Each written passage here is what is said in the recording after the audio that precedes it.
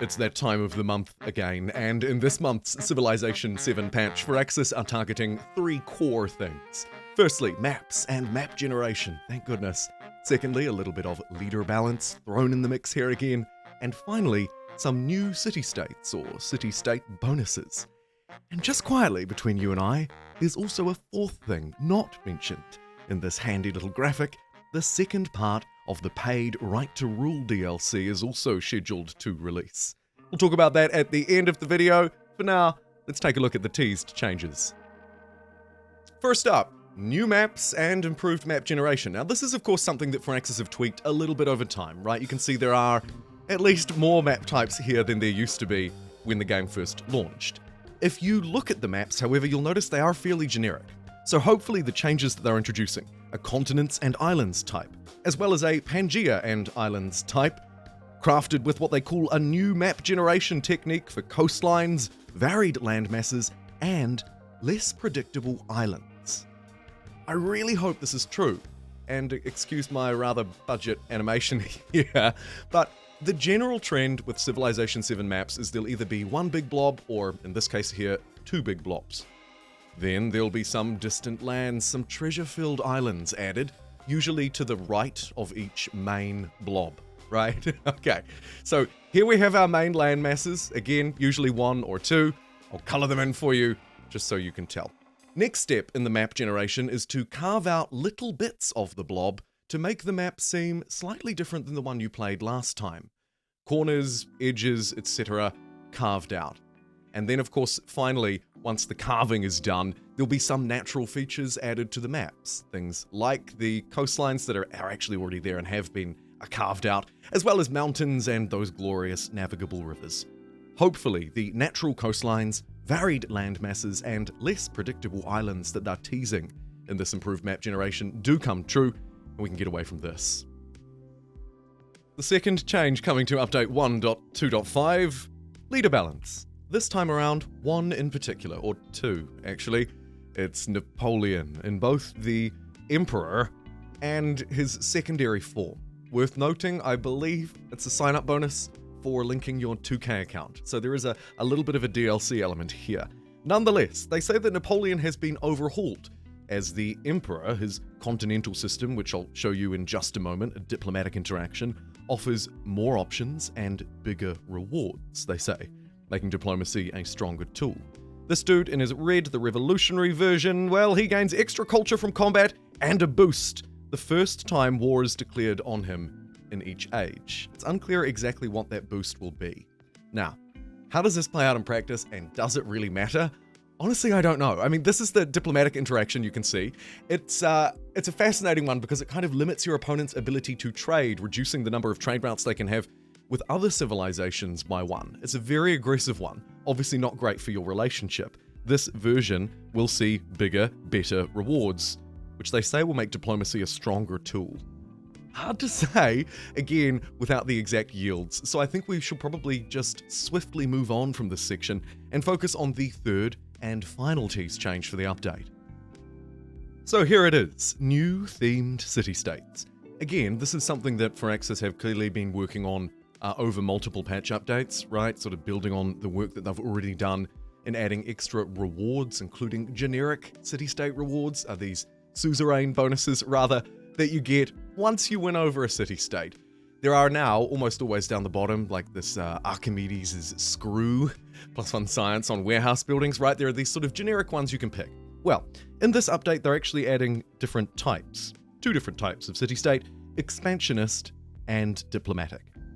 Each with unique suzerain bonuses and improvements for each age, right? As you might expect. Expansionist city-states boost growth and settlements. Interesting wording. While diplomatic city-states focus on happiness and diplomacy. They don't share a lot, as you've probably picked up by now, on the handy little graphic in terms of detail, right?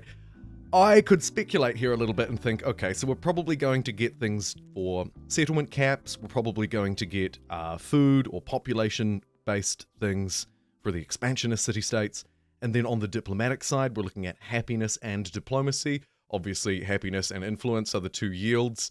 You likely see those come through either through direct yield generation, maybe a unique improvement, or in some other slightly more indirect way. Now, for our fourth and final bit of big news for this video, of course, not actually included in their news update, and I think I can probably take a couple of guesses as to why, we're going to need to head over to the Steam page for Civilization 7, moving past the yikes of reviews actually getting worse now, despite these patch updates. Interesting. I mean, I get people are upset, I get we still need a classic Civ mode, boy do I what, that's a conversation for a separate video. Let's actually have a look at this page. So, back in July, the first part of this DLC was released. It included Genghis Khan, the Diviet pack, etc. Right? The Right to Rule collections part 2 is coming in September, which at the time of recording only has a few days left. I therefore have to assume that all of this stuff here, the Lakshmibai pack, the Qajar pack, and the Silla pack, bonus points to you if you know what all three of those things are, that these packs are obviously going to come alongside this free update, for that's the only real way that they could release in September at this point. So, a couple of quick points before we wrap up. Firstly, the update is scheduled to go live week of September 29. Nice to see them starting their weeks with a Monday, a small win for the non-American world. And secondly, and maybe more importantly, it does say "and more" on their little teaser page. Of course it does. There'll be lots of extra little changes, and sometimes there are actually some larger things that they like to keep as a surprise. In other words, watch this space. We're expecting the patch to roll out roughly a week today at the time of me publishing this video. And if there is some more interesting stuff in the patch notes, in the update, I'll be sure to cover it. If not, I might leave it here. We'll have to see. So to bring it all together, where does this leave us? Well, it leaves Civilization 7, I think, in a rather precarious spot, just as it has been since launch. The game, surprisingly to me, I've got to say, and I'm going to be hung, drawn, and quartered, of course, in the comments section for saying something vaguely positive about it, but it does surprise me that the reviews have fallen.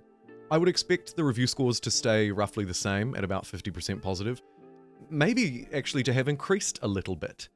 The updates so far, including what this one looks to be, have not ultimately been completely game-transforming, game-changing updates.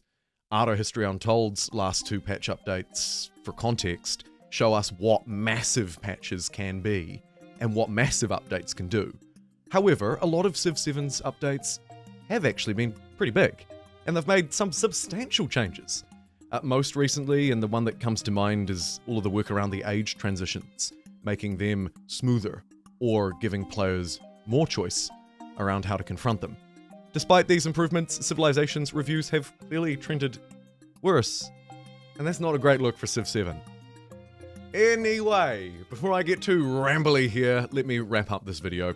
I think that, much like every other main Civ game that's come out, Civ 7 is no different in that it's going to take a few years worth of solid development and work before it can compete with the Civilization games of days prior. Certainly their complete versions. Regardless, thank you for watching, thank you for joining me for this Civilization 7 update. I've got a lot of new strategy games to play, so I'm gonna go and play some of those. I'll see you next time.